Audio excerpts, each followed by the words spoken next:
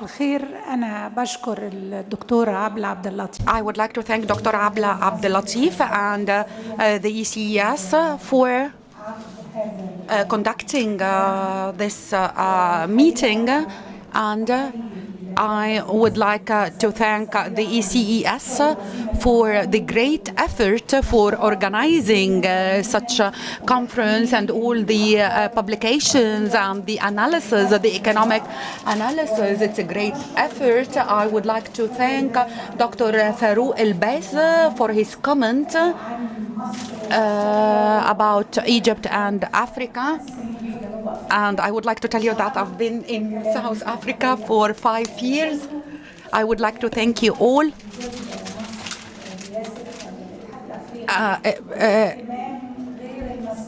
And how our President Abdel Fattah al-Sisi is focusing on the African continent and the number of meetings with the African leaders till last. I'm sure that Egypt being there is an increasement in the meetings with the African countries. Egypt launched lots of initiatives, not only on the political or the economic perspective, but also on the cultural perspective and focusing on the youth. Now we see that we are showing interest to Africa because Africa is part of us. And actually that the ECES is organizing such a conference is translating this real care and this real interest, and I hope that this interest will continue. I thank Dr. Abla for giving me such an honor to participate in this session, which I see that it is a very important session that we present the index, Ibrahim Index of African governors. I would like to salute Mo Ibrahim Foundation for focusing on the governance issue, which is considered to be one of the main pillars for achieving sustainability, either for achieving the GDPs or to achieve the Sustainable Goals Africa 2063 or Africa We Want. Governance is very important.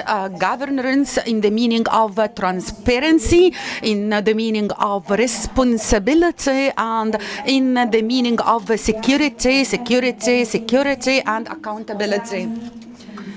And this meaning the enforcement of the human rights, which is related, they are connected together, economic, political, social, cultural rights. They are all connected. We cannot separate between these rights. These issues all together, we put it in our consideration. I would like to show appreciation to Mo Ibrahim Foundation for focusing on the data to achieve governance, because without data we are not going to achieve governance, focusing on the measurable goals, because without measuring the goals we will not be able to know the way forward. The index is focusing on trends and scores. Actually, trends are very important, and it's my honor and my pleasure to invite Mr. Yannick Vuylsteke, the head of the Ibrahim Index of African Governance, Mo Ibrahim Foundation. Index, he will take about 30 minutes to present the index, and then we'll open the floor for Q&A to continue and get your feedback on this. You have the floor, sir.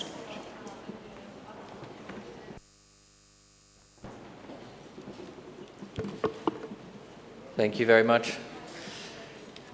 And thank you again to ECS and Dr. Latif for hosting us here today. So yes, as just mentioned, my name is Yannick. I work in the research departments at the Mo Ibrahim Foundation. And we produce the Ibrahim Index, which is now produced biannually. It's an annual statistical assessment of governance performance in African countries. What I'm going to do is talk a little bit about the index, what it's about, and also the methodology of it very briefly without going into the technical details, just so you can understand a bit of context around the results. And then I will present some of the main findings of last year's index, which was released around this time last year. I do want to kind of say now that this is a very, very large index, so I'm going to present the top level findings.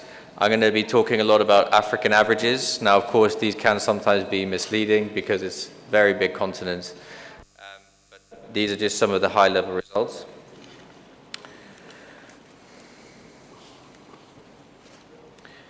So very quickly, I know you've heard this already before from Mo's video and from Abdoulie.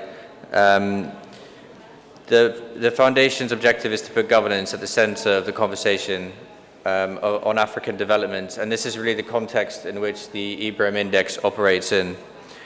It's one of four main initiatives, as already explained by Abdoulie earlier, apart from the prize, the forum, and the fellowships and scholarships. So what is the index? Well, the index is a statistical assessment of governance performance in every African country over 10 years. The last data set measured governance performance from 2008 to 2017. The index is really a framework for all stakeholders involved in governance, so be they governments or institutions, academics and business.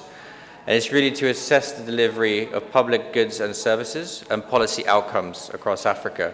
A lot of the data that we use in the index assesses the outcomes of policy, although there is a small degree of input indicators that measure certain types of policies. So it's a tool with which to govern, and it highlights continental, regional, national and thematic governance results. It's an incredibly rich data set, and I'll try and explain a little bit more about how to read the results. Before I talk about the index, it's important that I quickly explain to you the Foundation's definition of governance, because this encapsulates how we work and how the index is built. So the Foundation defines governance as the provision of the political, social and economic goods that a citizen has the right to expect from his or her state, and that a state has the responsibility to deliver to its citizens.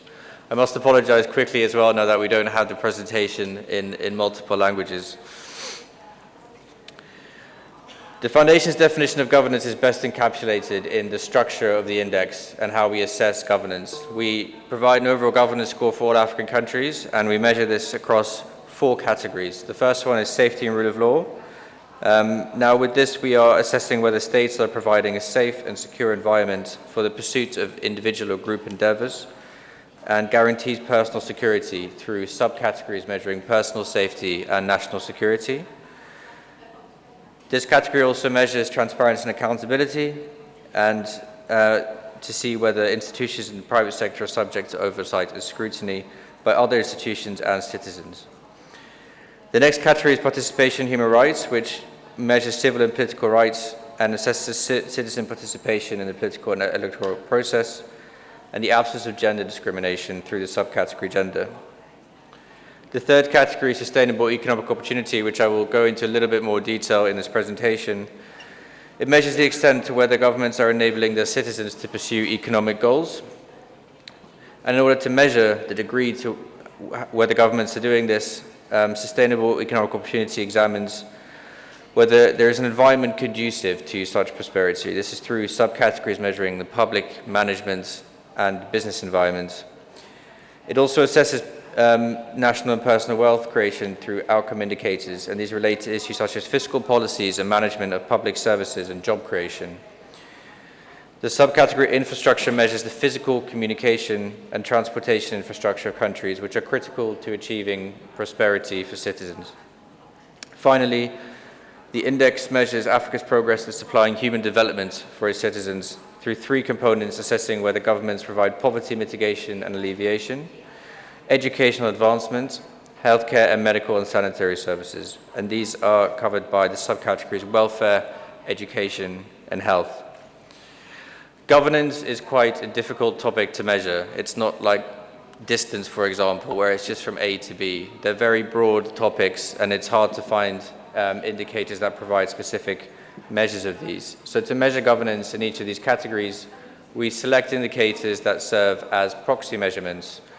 So, for example, in personal safety, we have data that measures the perceptions of personal safety in a country, which could serve as a proxy for how safe citizens feel. I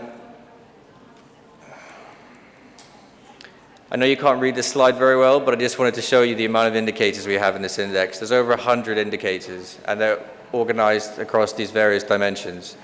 I wanted to show you this slide, not that you can read it very well, because I want to show you the complexity of the index and that this data is collected for all the countries for 10 years. So there is a lot of data which is all published via the Foundation website. Because it's such a large index, it takes around 7 to 8 months every year to complete it through data collection. I just want to quickly explain to you how this works. So we select the data according to what is available and suitable governance measures. We then consult with an advisory council, and Abdoulie Janneh is on our advisory council, and so is Dr. Ali Hadi, who is here with us today from the University of Cairo. We then collect all the data, and then we calculate it, and then we analyze the final results, and we produce reports and country scorecards for all countries. Missingness and data availability in Africa are very large issues that we have to deal with. What we are trying to do is create a comparable index. So the data we select, it comes from 35 different sources. Now these are international institutions, African development institutions, so for example the United Nations, the African Development Bank. We use lots of different types of data, so we use perception surveys from Afrobarometer, for example, if you are familiar with them. We also use some official data. To make everything comparable, the last data point we use has to be in the last 3 years. I'm just mentioning this because I want to explain a bit about the criteria for the inclusion of indicators in this index, and that is quite constrained about the data availability on the continent.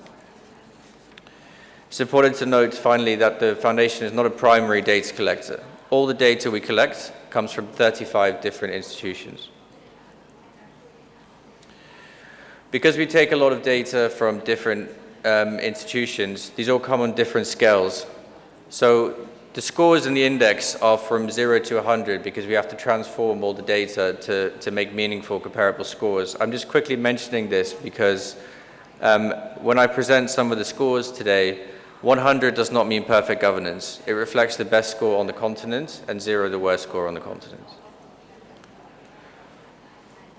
So last year's index was the 12th iteration that the Foundation has produced. It had over 102 indicators. This was done by collecting 191 different measures from these 35 institutions for all 54 countries and across a 10-year time series. This means that in this index there are almost 150,000 total data points. It's an incredibly rich data set. So I'm going to present the very top level findings. However, I encourage you to take a look and explore the results that are online on the Foundation's website. The good thing about the fact this index is so rich is that we have 10 years of data to analyze. Now this gives us insights into trends in all these different governance areas we are measuring, which are very important.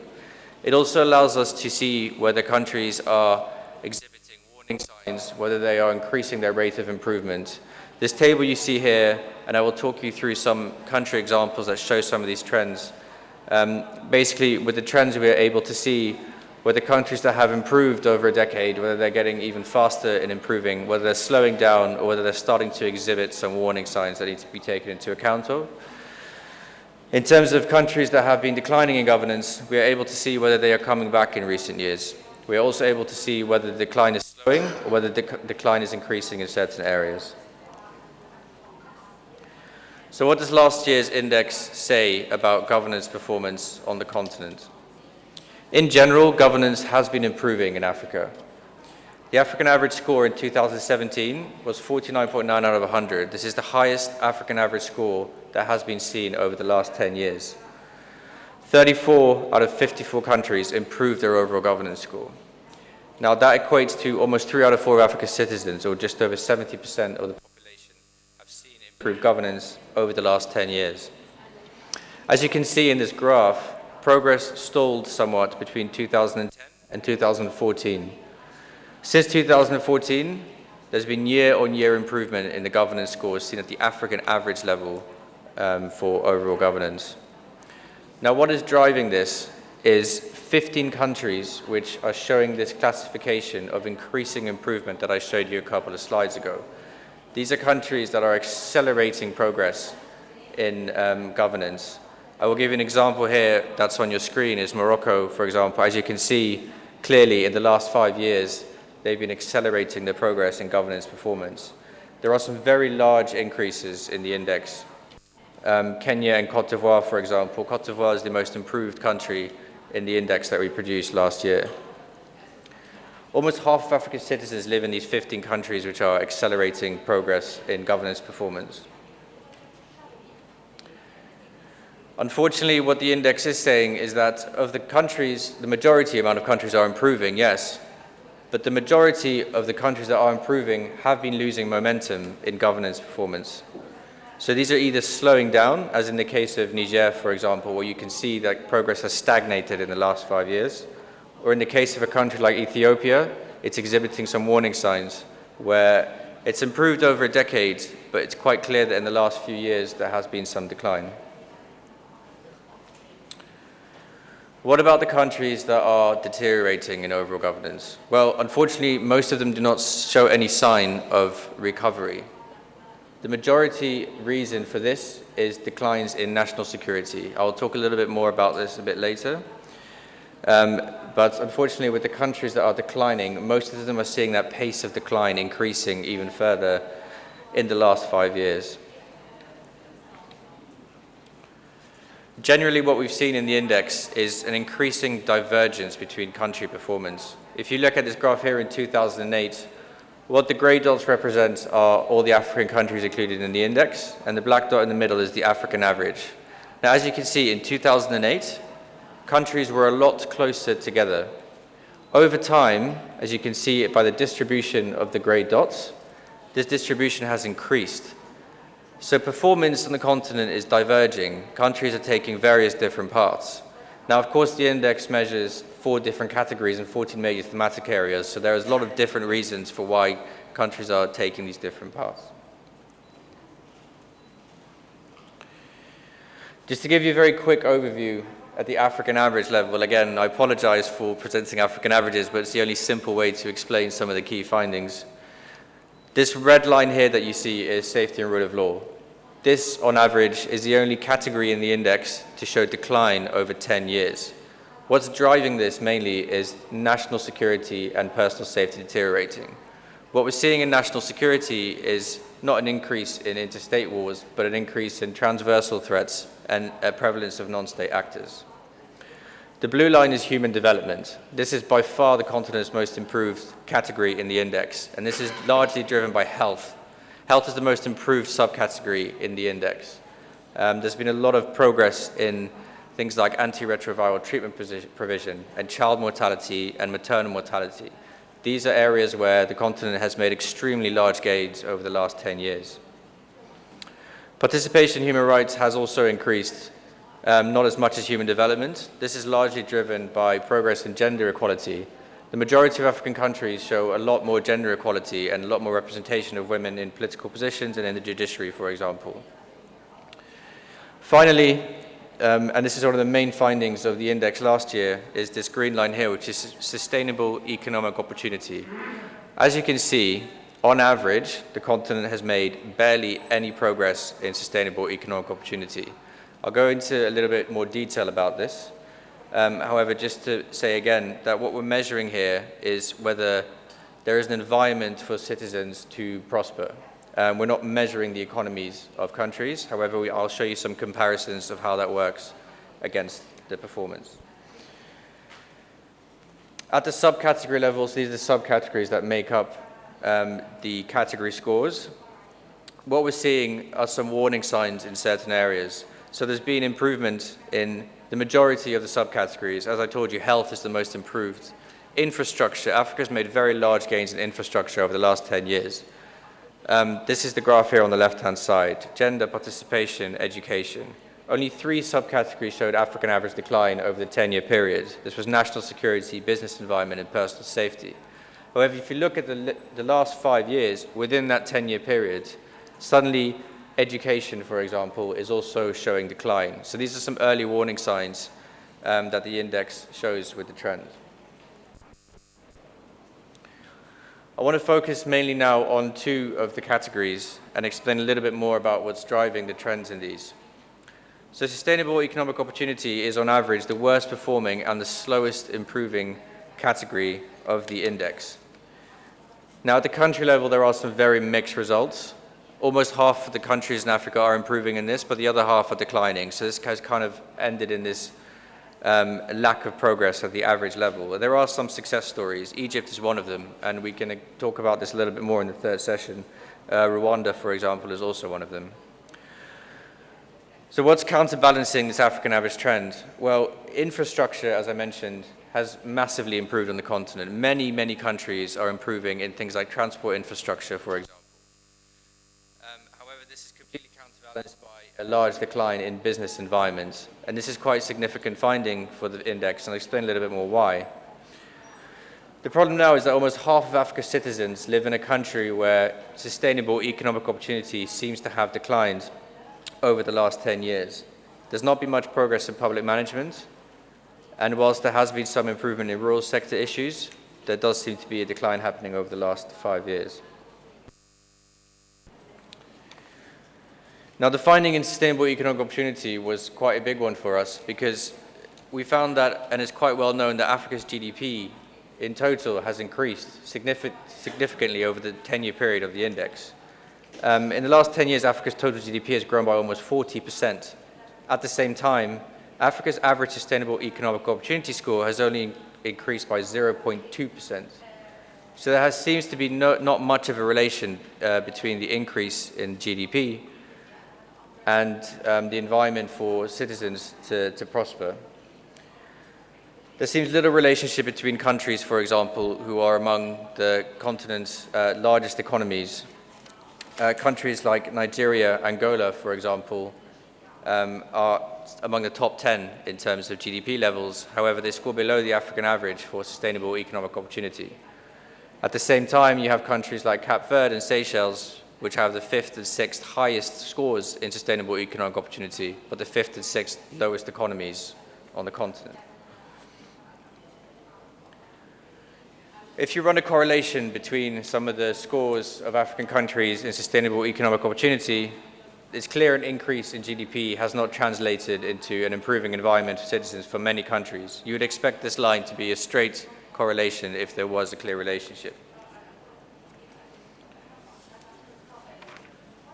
These findings are quite significant because, as we all know, Africa's population growth is the fastest in the world. Its youth population is also the biggest in the world and is growing at the fastest rate. Because of this, the number of Africans in working age, so 15 to 64, it's expected to grow by almost 30% over the next 10 years. At the same time, Africa's business environment score in the index has been declining. So as you can see here on this graph, which is projecting the working age population versus the line you can see in business environment, these are going completely the different direction. Many African citizens also seem quite unhappy with the performance of governments in creating jobs. There's an indicator in the index, which is a perception survey. It's called Satisfaction with Employment Creation. This is from a perception survey called Afrobarometer. Now, this is on average declines in the index.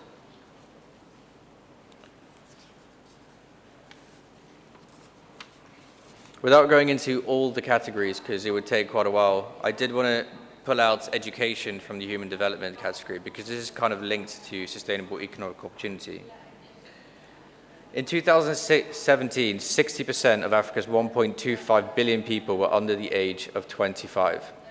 The absolute number of Africans under 25 is expected to grow by almost 20% over the next 10 years. As you can see by this graph, it's a very similar situation to the average trend in business environments. The average education trend for this growing youth, massively growing youth population has been declining in the last 5 years, even if it has improved over the last 10. Half of the continent's countries have deteriorated in the subcategory education in the last 5 years. Now, these are home to over 50% of Africa's youth population. What is driving this trend in education at the African average level? It's not enrollment. All the indicators that are measuring enrollment in secondary or tertiary education, for example, these are improving, and pretty much every country on the continent is improving in these measures. What is declining is the education quality, the satisfaction with education provision, and the alignment of education with market needs, so linking education to the job market.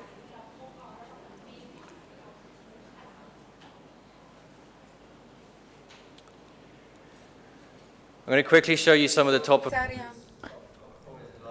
سأعطيكم بعض الدول التي أبلت بلاءات حسنا كفرد وغيرها من الدول وساشل وآخر 10 دول التي عانت من تدهور.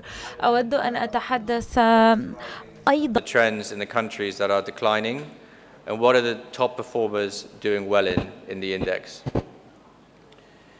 In terms of the most deteriorated countries, as you can see, a lot of them are ones that have experienced a lot of conflict recently. And this is reflected in the decline in safety and rule of law in Africa over the last 10 years. This is the only category to deteriorate, and it's been quite a large one. And this has declined because of national security and personal safety decline. And these are common factors in countries that are declining in overall governance in general. There are improvements happening in safety and rule of law over the last 5 years, so it's not all negative. The rule of law and transparency and accountability, on average, these trends are really improving since 2014, even if the latter performance is still very low.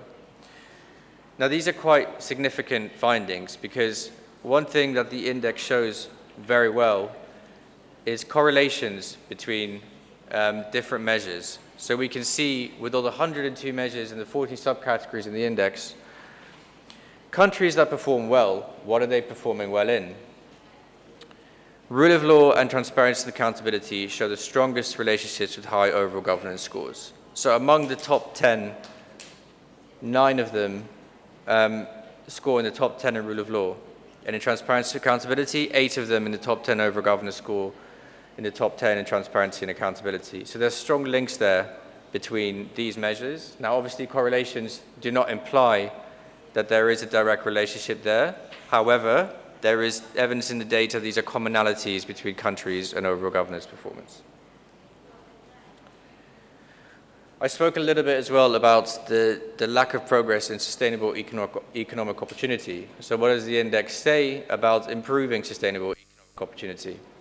Again, if you look at the correlations in the index, transparency and accountability is highly related to performance sustainable economic opportunity. So the majority of the top 10 scoring countries in sustainable economic opportunity also score in the top 10 in transparency and accountability. Again, correlation does not mean causation, but there are relationships between these measures in the index. I will finish talking again on the correlations aspect because we feel that the index, with all the different measures, is very useful to see where are the relationships with good performance and overall governance overall. In terms of the 102 indicators in the index, these are the top 20 indicators that show the highest relationships with governance performance. I wanted to highlight this because, as you can see by the colors, that these indicators span across the framework of the index, so across all 4 categories. Now, I would suggest that a balanced approach seems to be the best approach. And then on the right-hand side, you can see the subcategories in order which have the strongest relationships with overall governance. And as I mentioned, transparency and accountability and rule of law are there at the top. I'm going to stop there because there's probably quite a lot of information to take in. I'm happy to answer any questions, perhaps maybe just generally on the index, If you want any information on countries, it's all available online. There are 54, so whilst we know the index very well, unfortunately we can't remember every single data point for every single country. But Thank you. Thank you very much for this very comprehensive presentation. And if I can use the prerogative of me sitting here, I can ask you, what are you going to do about using averages? Because some of the rating that you've put were rather surprising. What will you do about this? I have a problem, and I think someone in the room will share my concern that when you're talking about the age of working people, you start by 15 years as the minimum age for working. Africa has a depletion of human resources because of child labor. And the definition of the child is anyone below the age of 18. So maybe the Mo Foundation can take the initiative of putting 18 as the minimum age of work or being eligible to work. And I'm sure that this will improve the enrollment. It will improve also, or it will put pressure to improve the quality of education, because you have rightfully mentioned that there is a decline in education, especially the quality of education. And you used one criteria for the quality of education, which is the gap between the output of the education and the needs of the market. I also would like to mention the life skills that you empower the learner with, like how much this learner will be able to contribute as a citizen in a democratic society and to reach the utmost of his or her skills. One thing I looked at and I didn't find is the climate change or the impact of climate change, and maybe you can elaborate a bit on this. And when talking about education, and in the index you've put two tables, on one side Africa 2063 and on the other one is SDGs. We're no longer talking about education, we're talking about learning, lifelong learning as a continuous process. And this gives a second opportunity for dropouts. And this is a serious problem in Africa. I leave these thoughts with you. Maybe you want to come back and reply. And now we open the floor. Yes, please, and introduce yourself. And I beg you to be as brief as you can. 2 minutes to put the question or make the comment, because we want to take as many as we can, and we are running late. We started 1 hour late. Please.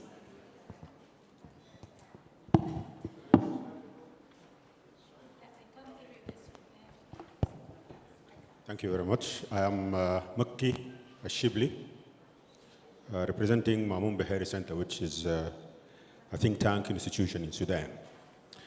I would like to draw the attention of the distinguished presenter of this eloquent presentation, Yannick, to the background, the cultural and the geopolitical background of today's governance perception.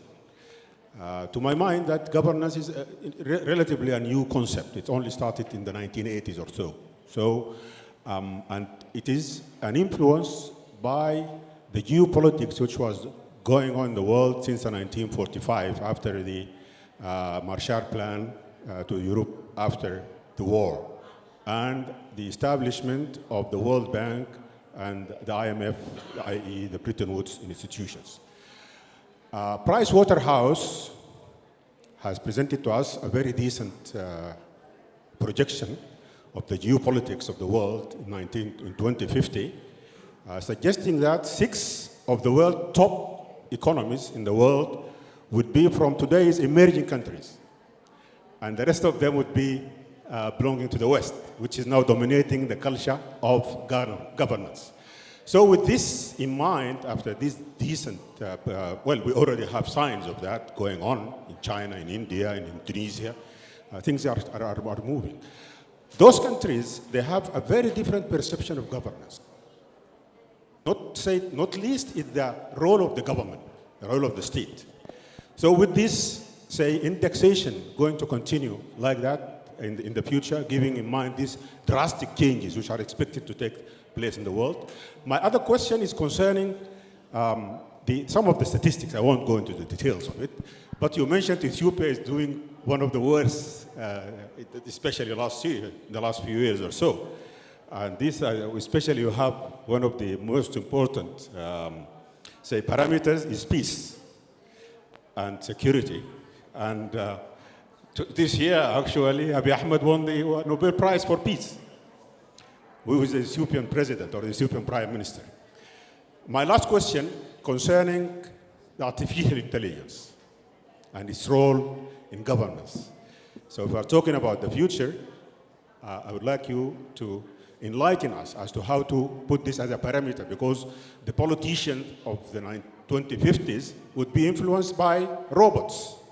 So how are we going to integrate that into our calculation? So thank you very much for your patience. Thank you.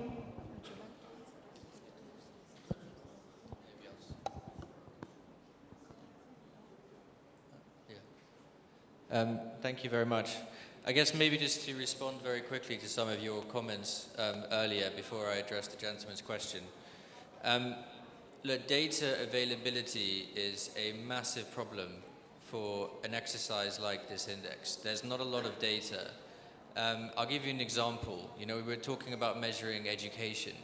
We used to have an indicator measuring literacy rates in Africa. Now, this is an indicator from UNESCO. We had to remove it from the index because it did not have enough data for recent years. So how can you assess performance very well if there's not enough data availability in certain issues? And this speaks to a general point about, for example, climate change, which you measured. At the moment, there is not enough comparable data on many climate change issues. So next year, we will be including a new subcategory, which will measure environmental issues. However, even in doing this exercise, we've identified several areas in climate change where there is not enough data. Now, it's impossible to make certain policy prescriptions without this data. So, and finally, on the point in terms of the age group, I completely understand your point. I don't think the foundation is in the business of defining what age groups should be used. Everything we use comes from the UN or the World Bank, or these are internationally agreed. So this is just to explain a little bit about where we're coming from with that. To your first point, I think, about the geopolitical background, I should mention as well that this is an objective data set.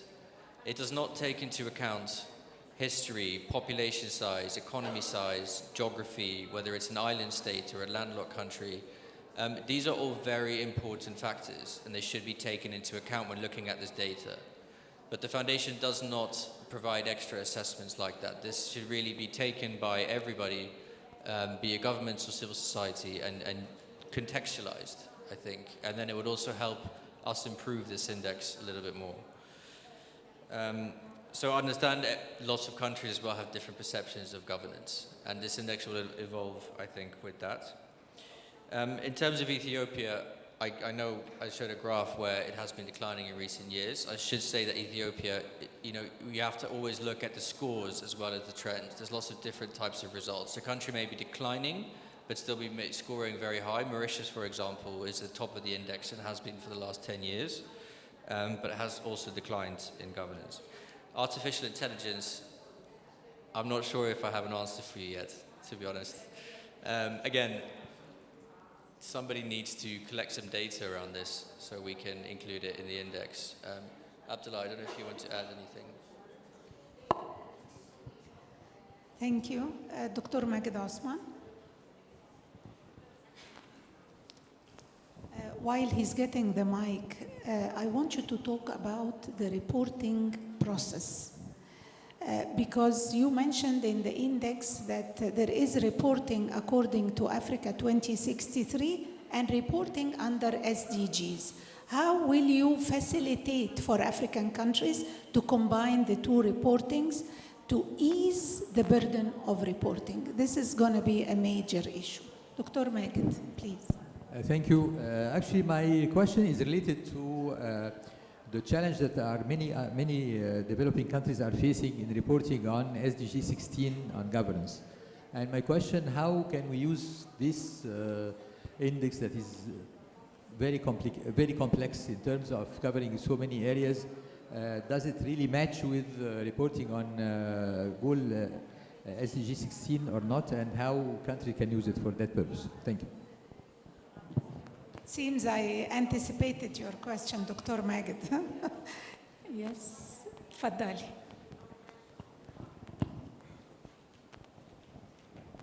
Okay, Abira Jdan, Assistant Professor, Future University.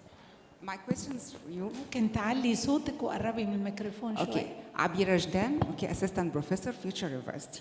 My question first, we are saying in the slide that it's an average for 54 countries. Can we cluster the countries according to GDP? Because I don't think we can just put 54 countries, African countries, just one basket. My second, how you define national security? Because you can find in the what you call red line, the blue, the yellow, the green. So the first one, national security, it's quarter, it's roots. So it's like contradictions for me. How could human development is increasing, then the blue one, human rights, then opportunity, economic opportunity, and then I have the national security, the sharp decline significantly. This is going to be, so whatever we do in efforts in these three aspects, so we have national security can take it over. Can we find this, and what's your definition for national security in Africa? Thank you.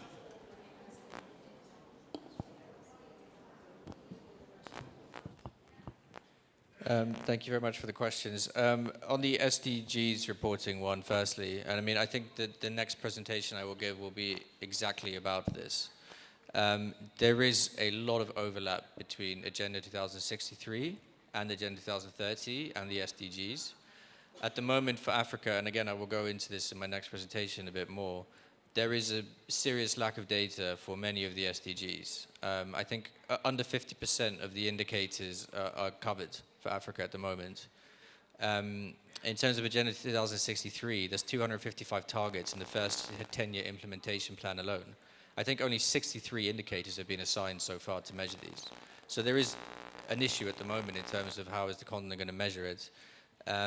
But there is a lot of overlap.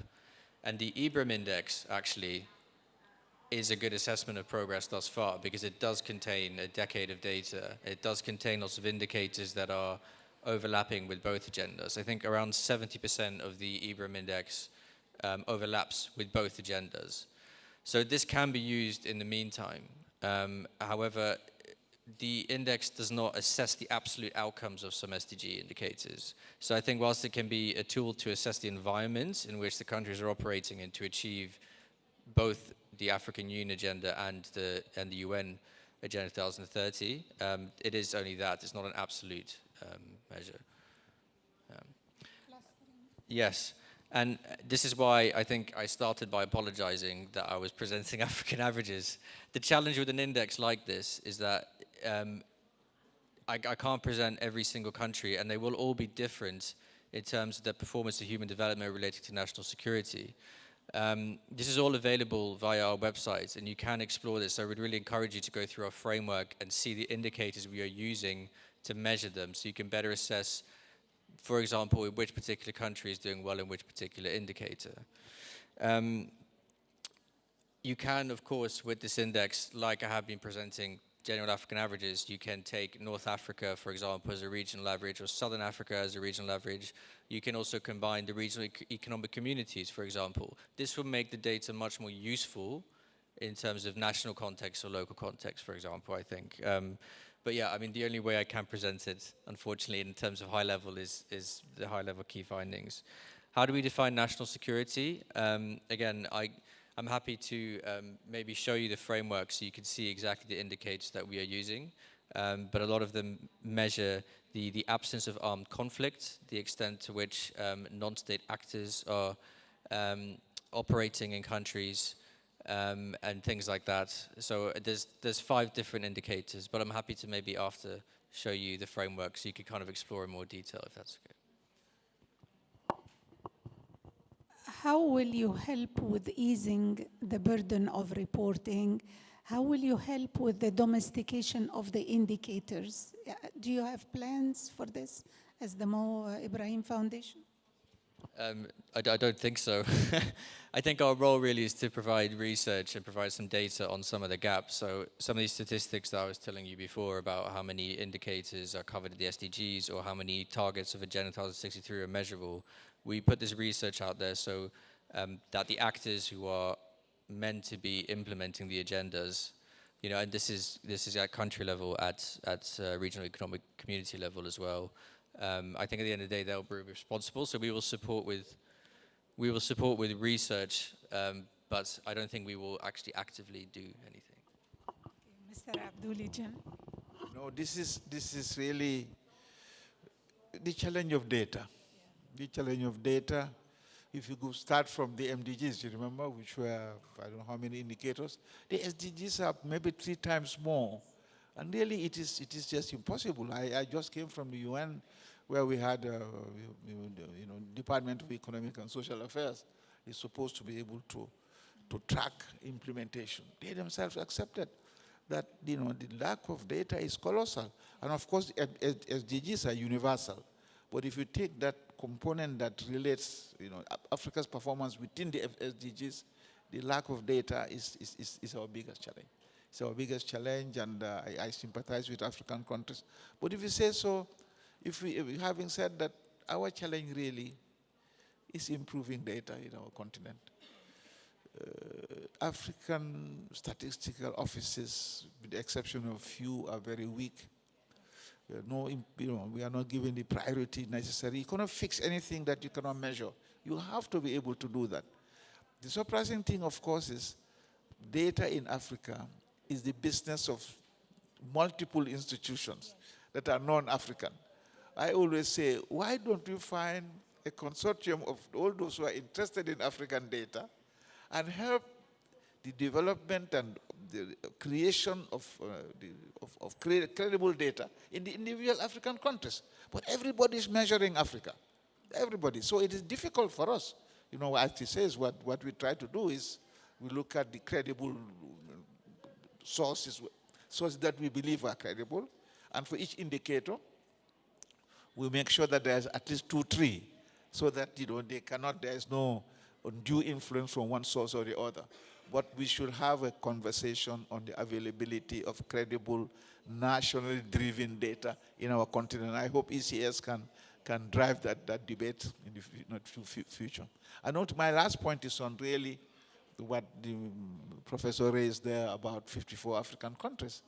It is the divergence in performance is just colossal. So all you have to do is, when you look at those trends, look at the national performance, and you can be able to situate your country within that graph. Where are you and what is to be done? But this is a diverse continent, 54, and performance in any indicator varies considerably between countries. Saad Safir Anis. Salim. I want to thank the presenter. I'm a former UN person, so I am very familiar with the issue of indexes and the use of indicators. I have 3 points really to make. One is that I want to qualify this statement on the fact that there is a dearth of data on Africa. Because there are a lot of methodologies that we've been using in the field for a long time, like multi-indicator cluster surveys, very rapid, low-cost research methodologies where we can reap data and use it with a very high level of confidence. And that exists for most African countries. So I don't really think when it comes to an indicator like this, which is capturing a general direction, you have a very big problem with data, with the exception of 2 or 3 places which are problematic. My second point is that I really would like to get my hands on the report because I find it very difficult to discuss this without having the report in my hand, and I don't know why the report is not being distributed here. Unless you had problems bringing it into the country, I don't know. I'd like to know really. And the third thing is really I'd like to know, and perhaps linked to that, how do governments react to this report? Are there governments that internalize it and make use of it and are interested in self-correction? Are there governments that reject it completely? How is that? And maybe I can just ask one more thing, and that is that in indexes like this one, I have some experience with the Human Development Index. When all the calculations are done, you come to some glaring inconsistencies in the sense that you have 3 or 4 countries that seem to jump up or jump down far beyond what you would have thought, what you know from your wisdom. People working in the field, people who have first-hand experience of countries will find that I remember somehow that, for example, a country like Algeria used to come in a very strange place. Some of the countries that you know are not doing very well would jump up. How do you self-correct for this? Thank you. Thank you. I think Dr. Abla will send right now the link to the report. The report is available online, and you are a high-tech person. Instead of carrying loads, you will have it in a minute on your, maybe we can have it on the screen here, Dr. Abla. Would you like to answer? I'll start and I might hand over another question to Abdoulie. In terms of data availability, I don't know, I think I would disagree with you, to be honest, because I spent a lot of time collecting data and looking for it, and it's quite sparse. For certain countries, it's better than not. In different areas, like you said, it's better than not. But I do think there's still not enough, I think, to make extremely useful comparisons to some areas. On the report, I was just said that will be circulated. In terms of inconsistencies, I do understand what you mean. We do sometimes get results which are challenged. You know, I think it's the thing with a composite index like this is that we are producing an overall governance score, and we're measuring 4 different categories, 14 different thematic areas. Now, for example, you know, if I show that Kenya is one of the most improved countries, they could be really improving in one area, it could be very low scoring in another area. So while sometimes I think it might seem like, why is this country doing like this? I would just encourage everyone to actually look into the data and see what is driving these trends. Because it's different for all of them. You know, I think in the index, I think last year, only Côte d'Ivoire improved in every single of the 14 subcategories, which is quite astonishing, actually, that no other country managed to do that over the 10 years. So look into the data, and then you can understand a bit more about why these things are happening. So, yes, in terms of how governments react, I'll hand over to Abdoulie. We spend a lot of time talking to individual African governments in terms of the results of the data. How receptive they are to this varies from country to country. Sometimes they are very much influenced by this league table that they have, you know, and that's the first thing they look at. Am I number 15 or am I number 34? And if you are 34, sometimes we are very hostile. I remember a country, and I wouldn't go into that country. He was, even if number 2. I mean, his country was about to go into elections. And I think the gap was, they were first 13 and then it became 19. And the president told me, he said, you know, listen, I'm going to elections. You are just about comforting the opposition because of how I dropped. And I said, you know, this is not the purpose. Our purpose is not to really rank you. Our purpose is to really provide the best available data that we have to show your performance in a multitude of areas. And if you look at that, you would see really the benefit of this. And once we engage in this type of discussions, the acceptability and the utility of the index comes out very clearly.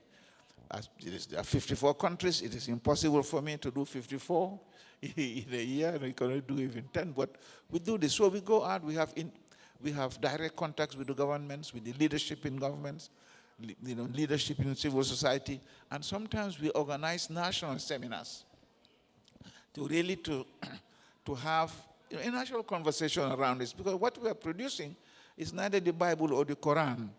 Sometimes through these national seminars, we are able to test the validity of some of the things. I mean, we went to Zambia. In education, the Minister of Education came and said, I don't find myself in this report. And said, provide the data. If you provide the data, it is fine. I hope that when we come to the case of Egypt, we'll be able to do that. And I hope that ECS will be able to organize national seminars on an annual basis. But I am glad that we are able to have this conversation here. Our colleague for the report, we will make sure that we'll send you one if you cannot link. But I hear you are very tech savvy, and you should be able to get one online if you want to. But feel free, we'll always send you by DHL 10 copies anytime you want. Thank you. Mr. Abdoulie, allow me to pick up on a comment that Mr. Yannick said. He said, the index is a framework for governments. What about the civil society and other stakeholders? Because there are many partners that should put their hands together to implement this index. No, it is a framework that assesses governance performance. Governments are a key interested party in this, but certainly we don't limit this to government. And, take the definition that we used. We said the index provides an indication of performance in terms of the goods and services that governments are supposed to provide to their citizens and what the citizens expect from their government. And now we categorize this into 4 main categories and so on. So it is of interest to governments. It is governments that drive policy. But to the extent that governments are accountable to their people, it is also a framework, a tool that society can use to hold the feet of government to fire. Not that we are creating this. It's a framework for debate between government and citizens. And so when we have national seminars, civil society is very much part of this. But I must confess, how best we can capture the interests of civil society, how much we can bring them in as part of this debate is our challenge.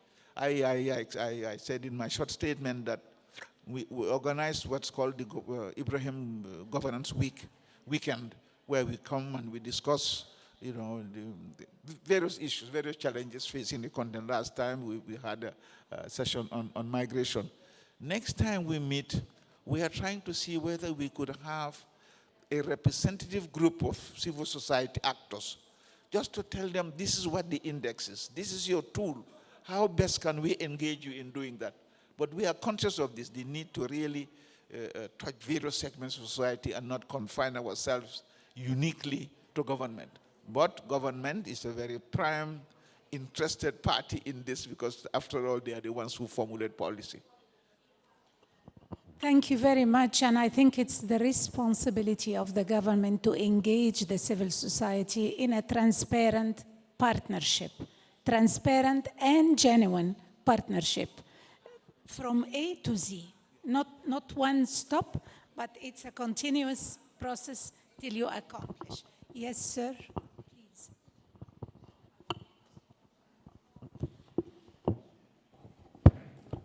Yeah, thank you very much, Madam Chair. I think you presented something on perception. Sorry, Mr. Dean.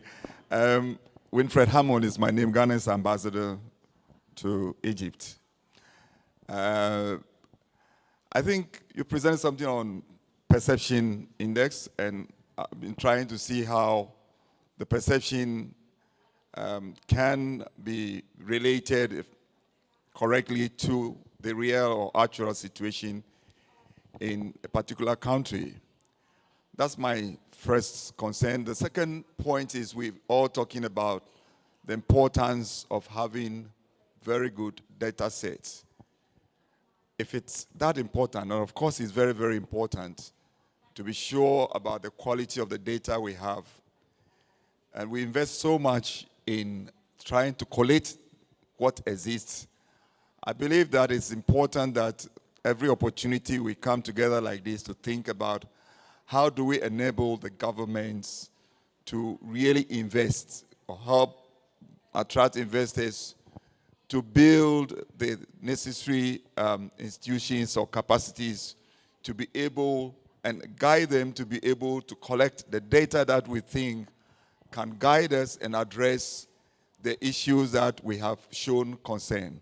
So these are my two concerns. First, the perception and the real. And the real is a challenge because we don't have reliable data sets. But what do we do to make sure that this situation everybody is showing concern about, if it's that important, and it is, how are we going to really invest or guide the discussion? I'm surprised that when we came out with Agenda 2063, and even with the SDGs, we have not really looked at how to really empower countries to bring them along to have not a uniform, but at least credible data sets that we can monitor and judge ourselves against. Thank you, Madam Chair. Thank you very much, you want to say something? Yeah. Thank you very much, Your Excellency. Though we have 7 minutes to our hour, I received instructions to close. So with your understanding, we'll not take any more questions. I will give the floor to Mr. Abdoulie to comment, and then Mr. Yannick, and I will close. Mr. Ambassador, it is time that African governments recognize the importance of data. And this again, we are generally speaking 54 countries. There are some countries that are doing reasonably well. South Africa, Egypt, Ghana to an extent is also doing this. But it is basic. If you look at the state of affairs, and with due deference to my friend who's a former colleague in the UN, there are countries that don't even have civil registration. They don't have, on deaths and parts. I mean, it's scandalous. There are others who have not even done their censuses. They don't know how many people are there in their countries. So, school dropout. So this is a reality that should jag the conscience of every government and say, let us get together and make sure we prove. Because at the end of the day, I look for the day when really the credible, usable data for even indexes of this nature come from government sources. And we know it's reliable, it is credible. So let's have a conversation on this. Let's build a coalition on this and really center stage the importance of data. If you don't have data, you cannot manage your countries, period. Thank you so much.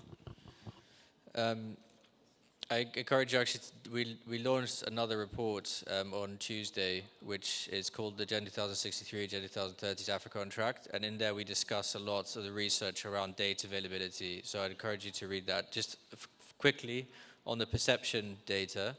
Is it based on perception, your index? No. So our index uses several different types of data. Some of it is official data, so a lot of the education enrollment comes from countries, for example, they give it to UNESCO. Some of it are expert assessments, okay? So these are surveys for businessmen assessing countries on a scale of 1 to 7 in certain issues. Then we also have perception data.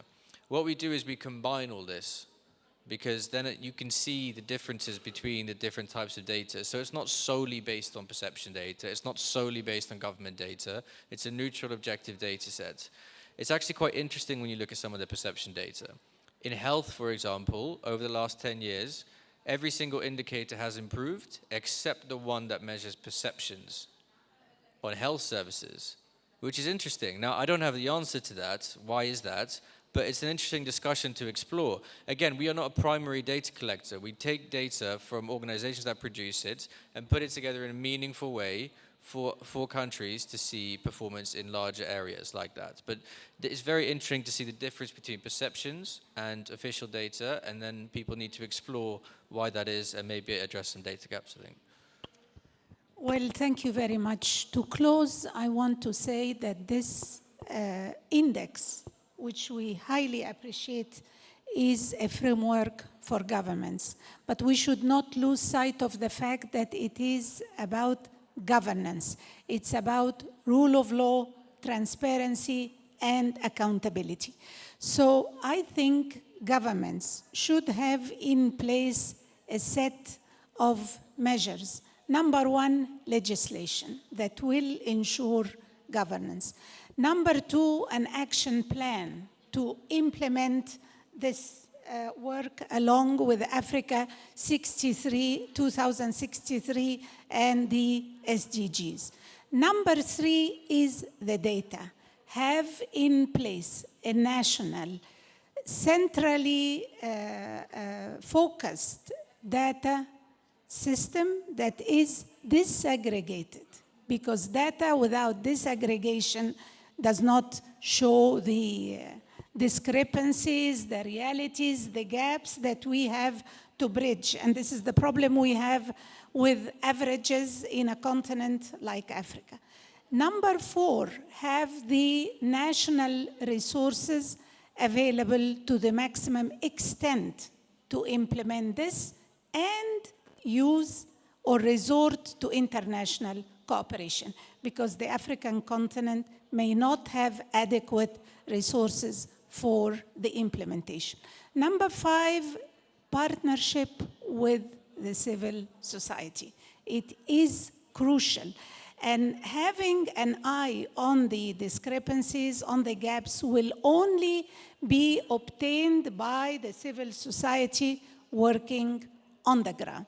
Number six is raising awareness. There must be an awareness raising. The people, the officials, law enforcement agencies, decision makers, what have you. And finally, capacity building. We need capacity building for different cadres in Africa. To get data, you need capacity building. To revise the law, you need capacity building. To domesticate indicators, you need capacity building. I think this is a set of measures that our governments in Africa has to do to improve governance. And a big thank you to the Mo Ibrahim Foundation for its focus on governance. Governance, as you mentioned, is declining in general, and without governance, there will not be sustainable, comprehensive development, not only economic, but human development. I thank you very much, Mr. Abdoulie, Janneh, and Mr. Yannick, for your great input, and I thank the floor for the great contribution that you have given, and thank you, Abla, for giving me this opportunity.